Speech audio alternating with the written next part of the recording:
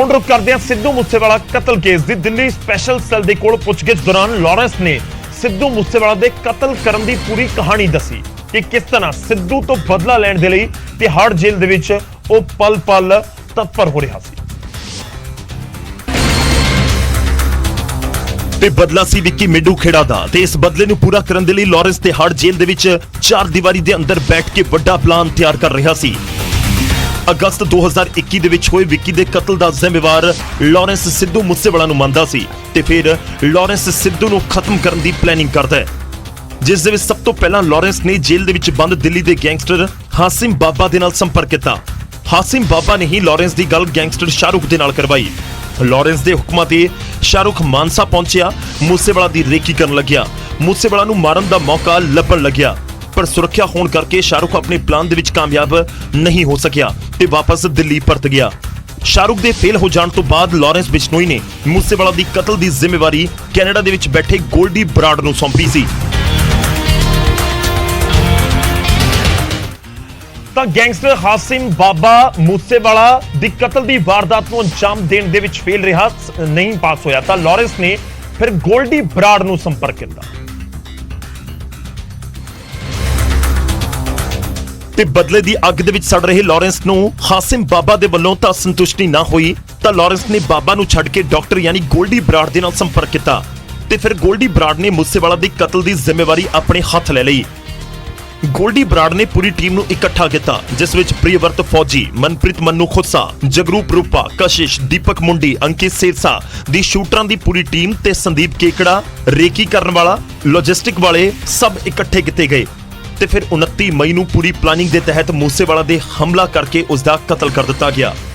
29 ਮਈ ਨੂੰ ਸਿੱਧੂ ਮੂਸੇਵਾਲਾ ਦਾ ਕਤਲ ਹੋਇਆ ਸੀ, ਜਿਸ ਤੋਂ ਬਾਅਦ ਪਹਿਲਾਂ ਗੋਲਡੀ ਬਰਾੜ ਨੇ ਜ਼ਿੰਮੇਵਾਰੀ ਲਈ ਤੇ ਫਿਰ ਲਾਰੈਂਸ ਗਰੁੱਪ ਦੇ ਵੱਲੋਂ ਜ਼ਿੰਮੇਵਾਰੀ ਲਈ ਗਈ ਤੇ ਵਿੱਕੀ ਮਿੱਡੂ ਖੇੜਾ ਦੇ ਕਤਲ ਦਾ ਬਦਲਾ ਲੈ ਕੇ ਦਾਅਵਾ ਕੀਤਾ ਗਿਆ ਕਿ ਸੀਨਿਆਂ 'ਚ ਬਲਦੀ ਅੱਗ ਨੂੰ ਬੁਝਾਇਆ ਗਿਆ ਹੈ।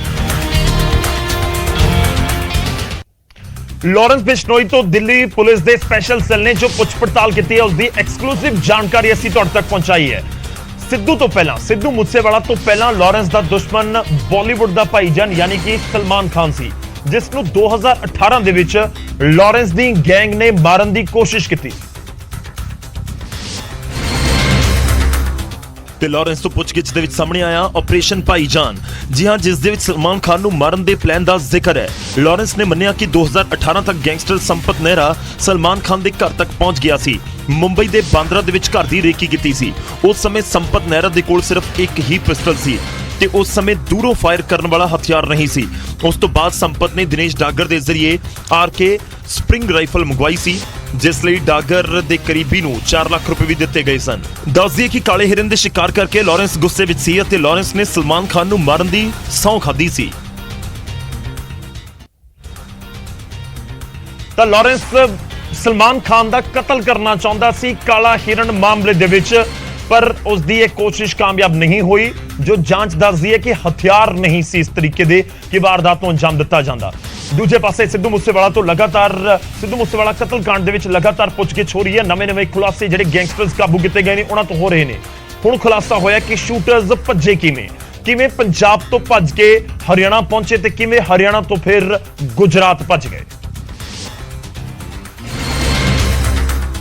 मूसेवाला ਦੇ ਕਤਲ ਤੋਂ ਬਾਅਦ 4 ਸ਼ੂਟਰ ਸਭ ਤੋਂ ਪਹਿਲਾਂ ਫਤਿਹਾਬਾਦ ਦੇ ਇੱਕ ਹੋਟਲ ਦੇ ਵਿੱਚ ਰੁਕੇ ਸਨ।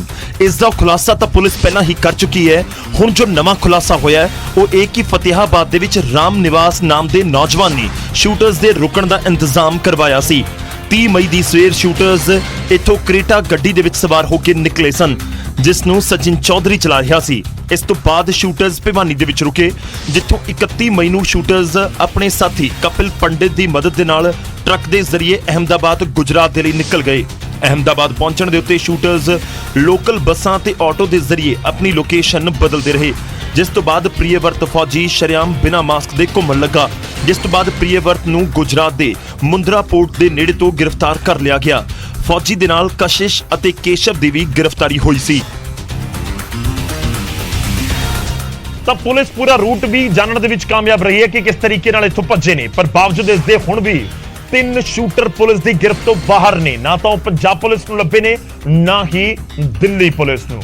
खैर जो करीब 1.5 महीने बाद भी ਕਾਤਲ ਸ਼ੂਟਰ ਪੁਲਿਸ ਦੀ ਗ੍ਰਿਫਤ ਤੋਂ ਬਾਹਰ ਹੋਣ ਫਿਰ ਫਰਕ ਤਾਂ ਪੈਂਦਾ ਹੈ। ਉਧਰ ਮੂਸੇਵਾਲਾ ਕਤਲकांड ਦੇ ਵਿੱਚ ਗ੍ਰਿਫਤਾਰ ਸੰਦੀਪ ਕਾਲੋਂ ਨੇ ਪੁੱਛਗਿੱਛ ਦੇ ਵਿੱਚ ਵੀ ਕਈ ਵੱਡੇ ਖੁਲਾਸੇ ਕੀਤੇ ਨੇ।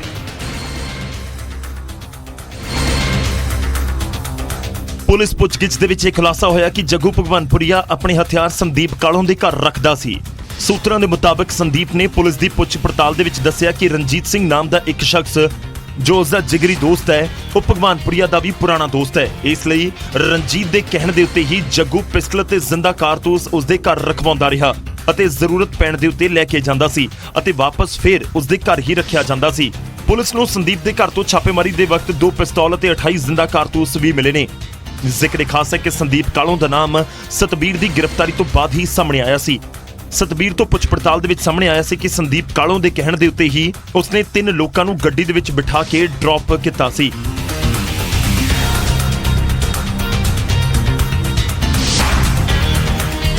ਉਧਰ ਲਾਰੈਂਸ ਬਿਸ਼ਨੋਈ ਗਰੁੱਪ ਦੇ 5 ਸ਼ਾਤਰ ਬਦਮਾਸ਼ਾਂ ਨੂੰ ਬਹਾਦਰਗੜ੍ਹ ਐਸਟੀਐਫ ਦੀ ਟੀਮ ਨੇ ਗ੍ਰਿਫਤਾਰ ਕੀਤਾ। ਗਿਰਫਤ ਦੇ ਵਿੱਚ ਲਾਰੈਂਸ ਦੇ 5 ਗੁਰਗਿਆਂ ਦੇ ਵਿੱਚੋਂ 2 ਹਰਿਆਣਾ, 1 ਦਿੱਲੀ, 1 ਰਾਜਸਥਾਨ ਤਾਂ 1 ਪੰਜਾਬ ਦਾ ਰਹਿਣ ਵਾਲਾ ਹੈ। ਇਹ ਗੁਰਗੇ ਲਾਰੈਂਸ ਬਿਸ਼ਨੋਈ ਗੈਂਗ ਦੇ ਲਈ ਹਥਿਆਰਾਂ ਦੇ ਇਲਾਵਾ ਲਗਜ਼ਰੀ ਗੱਡੀਆਂ ਤੇ ਦਿੱਲੀ, ਹਰਿਆਣਾ, ਯੂਪੀ ਅਤੇ ਪੰਜਾਬ ਤੱਕ ਡਰੱਗਸ ਵੀ ਸਪਲਾਈ ਕਰਦੇ ਸਨ। ਇੰਨਾ ਹੀ ਨਹੀਂ, ਫੜੇ ਗਏ ਮੁਲਜ਼ਮ ਲਾਰੈਂਸ ਬਿਸ਼ਨੋਈ ਗੈਂਗ ਦੇ ਲਈ ਨਜਾਇਜ਼ ਵਸੂਲੀ ਦਾ ਵੀ ਕੰਮ ਕਰਦੇ ਸੀ। लॉरेंस बिश्नोई और काला जठड़ी गैंग के कुछ ऐसे शातिर शूटर्स को गैंग मेंबर्स को गिरफ्तार किया है जो ना केवल इस सारे गैंग का सारा जो क्राइम से कमाया फाइनेंसेस है उसको हैंडल कर रहे थे, बल्कि इस गैंग का जो नारकोटिक्स का बिजनेस है, जो राजस्थान हरियाणा बॉर्डर के ऊपर लिकर स्मगलिंग का बिजनेस है, वह इस गैंग के क्राइम्स में यूज़ होने वाली जो गाड़ियाँ सप्लाई करने का काम है वो ये लोग देखते थे। ਫਿਲਹਾਲ ਪੁਲਿਸ ਮੁਲਜ਼ਮਾਂ ਤੋਂ ਡੂੰਘਾਈ ਦੇ ਨਾਲ ਪੁੱਛ ਪੜਤਾਲ ਕਰਨ ਦੇ ਵਿੱਚ ਲੱਗੀ ਹੋਈ ਹੈ। ਮੁਲਜ਼ਮਾਂ ਤੋਂ ਪੁੱਛਗਿੱਛ ਦੇ ਵਿੱਚ ਹੋਰ ਵੀ ਕਈ ਵੱਡੀਆਂ ਵਾਰਦਾਤਾਂ ਦਾ ਖੁਲਾਸਾ ਹੋਣ ਦੀ ਉਮੀਦ ਹੈ। ਮੁਲਜ਼ਮਾਂ ਦੀ ਨਿਸ਼ਾਨਦੇਹੀ ਦੇ ਉੱਤੇ ਚੋਰੀ ਦੀਆਂ ਗੱਡੀਆਂ ਬਰਾਮਦ ਕਰਨ ਦੀ ਕੋਸ਼ਿਸ਼ ਵੀ ਪੁਲਿਸ ਨੇ ਸ਼ੁਰੂ ਕਰ ਦਿੱਤੀ ਹੈ। ਤੇ ਲਾਰੈਂਸ ਦਾ ਲਗਜ਼ਰੀ ਗੈਂਗ ਹੈ ਜੋ ਵੱਡੀਆਂ ਗੱਡੀਆਂ ਤੇ ਵੱਡੀਆਂ ਸ਼ਖਸੀਅਤਾਂ ਨੂੰ ਨਿਸ਼ਾਨਾ ਬਣਾ ਰਿਹਾ ਸੀ। ਪਰ ਇਸ ਸਭ ਦੇ ਵਿਚਾਲੇ ਸਿੱਧੂ ਮੂਸੇਵਾਲਾ ਕਤਲ ਕੇਸ ਦੇ ਵਿੱਚ ਹੁਣ ਜੱਗੂ ਭਗਵਾਨਪੁਰੀਆ ਤੇ ਲਾਰੈਂਸ ਬਿਸ਼ਨੋਈ ਨੂੰ ਆਮੋ ਸਾਹਮਣੇ ਬਿਠਾਉਣ ਦੀ ਵੀ ਤਿਆਰੀ ਹੋ ਰਹੀ ਹੈ, ਕਿਉਂਕਿ ਖਰੜ ਸੀਆਈ ਦੇ ਵਿੱਚ ਜੱਗੂ ਭਗਵਾਨਪੁਰੀਆ ਨੂੰ ਲਿਆਂਦਾ ਗਿਆ ਹੈ। ਤੇ ਖਰੜ ਸੀਆਈ ਆਫਿਸ ਦੇ ਵਿੱਚ ਦੋਵਾਂ ਨੂੰ ਇੱਕ ਦੂਜੇ ਦੇ ਸਾਹਮਣੇ ਬਿਠਾ ਕੇ ਪੁੱਛਿਆ ਜਾਵੇਗਾ। ਸੁਪਾਰੀ ਕਿੰਗ ਜੱਗੂ ਭਗਵਾਨਪੁਰੀਆ ਤੋਂ ਸਿੱਧੂ ਮੂਸੇਵਾਲਾ ਕਤਲकांड ਬਾਰੇ ਸਵਾਲ ਜਵਾਬ ਹੋਣਗੇ। ਜੱਗੂ ਦੀ ਕੀ ਭੂਮਿਕਾ ਰਹੀ ਹੈ?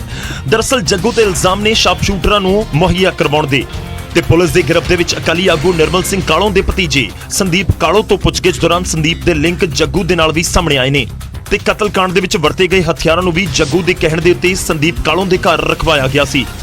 ਤੇ ਪੁਲਿਸ ਨੂੰ ਕੁਝ ਹਥਿਆਰ ਸੰਦੀਪ ਕਾਲੋਂ ਦੇ ਘਰ ਤੋਂ ਵੀ ਬਰਾਮਦ ਹੋਏ ਨੇ। ਹੁਣ ਅੱਗੇ ਵਧਦੇ ਅਗਲੀ ਖਬਰ ਦਾ ਰੁਖ ਕਰਦੇ ਹਾਂ ਤੇ ਉਸ ਤੋਂ ਪਹਿਲਾਂ ਜ਼ਿਕਰ ਅੱਜ ਦੇ ਸਵਾਲ ਦਾ। ਅੱਜ ਦਾ ਸਵਾਲ ਫਰਕ ਤਾਂ ਪੈਂਦਾ ਦੇ ਵਿੱਚ ਜੋ ਰੋਜ਼ਾਨਾ ਅਸੀਂ ਪੁੱਛਦੇ ਹਾਂ, ਤੇ ਅੱਜ ਦਾ ਸਵਾਲ ਇਤਿਹਾਸ ਦੇ ਨਾਲ ਜੁੜਿਆ ਹੋਇਆ ਹੈ। ਮੁਗਲ ਸ਼ਾਸਕ ਕਿਹੜਾ ਮੁਗਲ ਸ਼ਾਸਕ ਗੁਰੂ ਰਾਮਦਾਸ ਜੀ ਦੇ ਲੰਗਰ 'ਚ ਪਹੁੰਚਿਆ ਸੀ? ਗੁਰੂ ਅਮਰਦਾਸ ਜੀ ਦੇ ਲੰਗਰ ਦੇ ਵਿੱਚ ਪਹੁੰਚਿਆ ਸੀ। ਕਿਹੜਾ ਮੁਗਲ ਸ਼ਾਸਕ ਗੁਰੂ ਅਮਰਦਾਸ ਜੀ ਦੇ ਲੰਗਰ ਦੇ ਵਿੱਚ ਪਹੁੰਚਿਆ ਸੀ? 4 ਆਪਸ਼ਨ ਤੁਹਾਨੂੰ ਦੇ ਰਿਹਾ। A Babur, B Akbar, C Jahangir ਜਾਂ ਫਿਰ D ਹੁਮਾਯੂੰ। ਤਾਂ ਇਹਨਾਂ ਦੇ ਵਿੱਚੋਂ ਸਹੀ ਜਵਾਬ ਕਿਹੜਾ ਉਹ ਤੁਹਾਨੂੰ ਦੱਸਾਂਗੇ ਪ੍ਰੋਗਰਾਮ ਦੇ ਆਖਿਰ ਦੇ ਵਿੱਚ।